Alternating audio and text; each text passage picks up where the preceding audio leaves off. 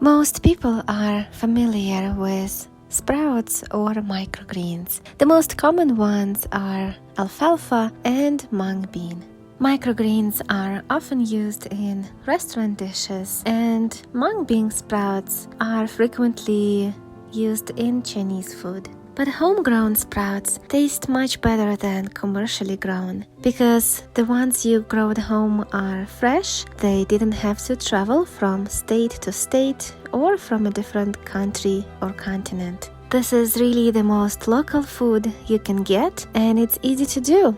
Also, sprouts are a great way to eat more vegetables. They are high in fiber, water, vitamins, minerals, and good types of carbohydrates, the ones you actually want to consume.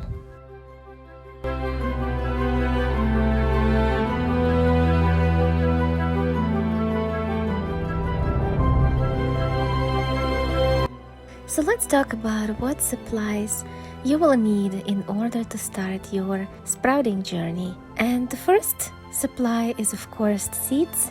The best homegrown sprouts start with good quality organic sprouting seeds.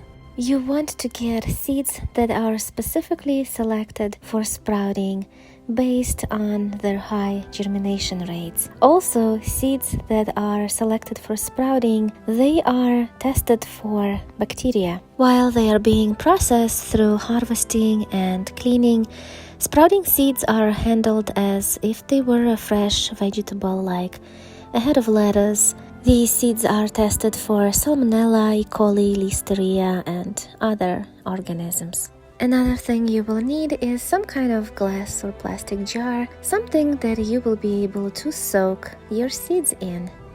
Soaking process is the most important step in sprouting because during soaking, the seed absorbs water, and the water diffuses through the seed coat into the embryo and causes the seed to swell up. You can sometimes actually see this by observing the cracked seed casing after the soaking. These are mung beans that I have soaked for 24 hours, and you can see how bigger they got, and also they got lighter in color. If you compare them to the ones in the bag, those that are dry, they are smaller and darker in color. Now let's talk about the next step, which is actual sprouting, for which you can use several things. One of them is sprouting jar. They are being sold in most health and wellness stores, or you don't have to buy anything and just use paper towels method. This is actually my favorite method. So after the initial soaking, which varies depending on the type of seed, usually the general rule is the smaller the seed, the shorter soaking is. For example, things like alfalfa or broccoli are being soaked for 8 to 10 hours. And the bigger the seed is, the longer you have to soak. For example, beans and peas, you'll have to soak for 24 hours. After that, you lay your wet paper towels in some kind of plastic or glass containers. You put soaked seeds on top of it, and then you use another sheet of wet paper towel to cover up your seeds. In the first days of germination, seeds should not dry out, and by placing wet paper towels on top, you are ensuring constant moisture. Moisture and right temperature are the only things seeds require to sprout. You can think of it this way. Seeds want to grow. That's their job and their function in the world. They hold new life, and under right conditions, they will sprout. If you think about what goes on with Mother Nature outside, then you can imagine what a seed needs to become a sprout. Plants grow outside in the springtime when the temperatures begin to hover around 65 degrees. A seed will sprout when the temperature is right and when there is enough moisture. And given these conditions, it will sprout even on cement or asphalt. I found that between 65 and 70 degrees is the optimal temperature for microgreens. And of course you can get heat mats and stuff like that, but it's definitely not necessary. If you already have heating pad, you can use it for the germination, but don't use it beyond that because it will actually dry out your seeds and sprouts and you will have to water them more often. Just make sure your future sprouts don't get any draft because drafting will stop sprouting. If you are using plastic containers like I do here, they usually come with lids, so keep those lids on for the first couple of days when the seeds are germinating, and then you can remove them. The lids create a greenhouse effect and keep the moisture inside.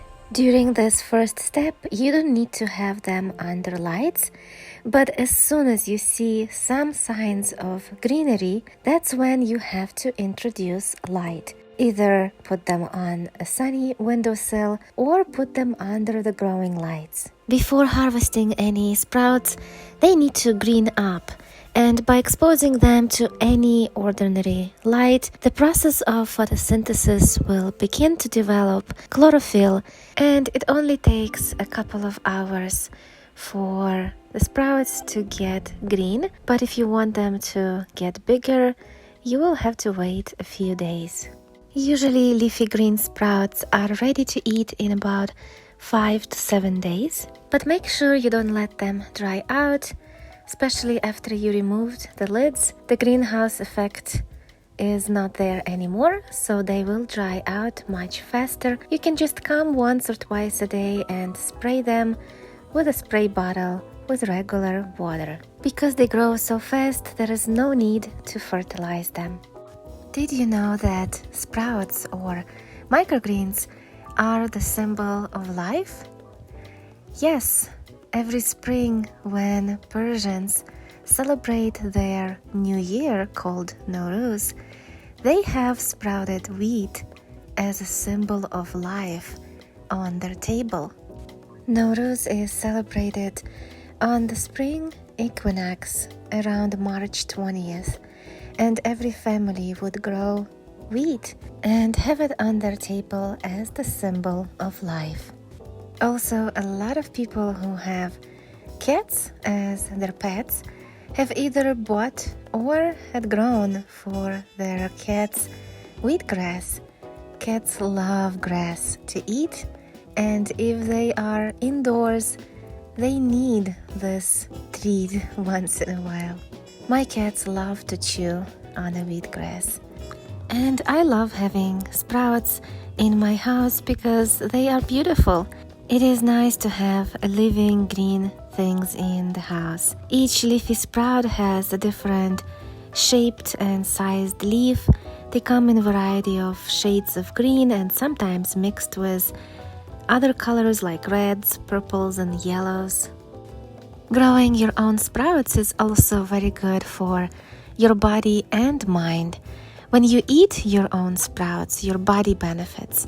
But when you take care of your sprouts, your mind benefits. So it is very therapeutical to grow your own microgreens. Give it a try, and I'm sure you, your family, and even your pets will be happy that you have started growing microgreens. And as you could have seen in the video, it's not that hard to do. If you have already tried growing sprouts, let me know in the comments below what varieties you liked the most. And I thank you for watching. See you next time. Bye!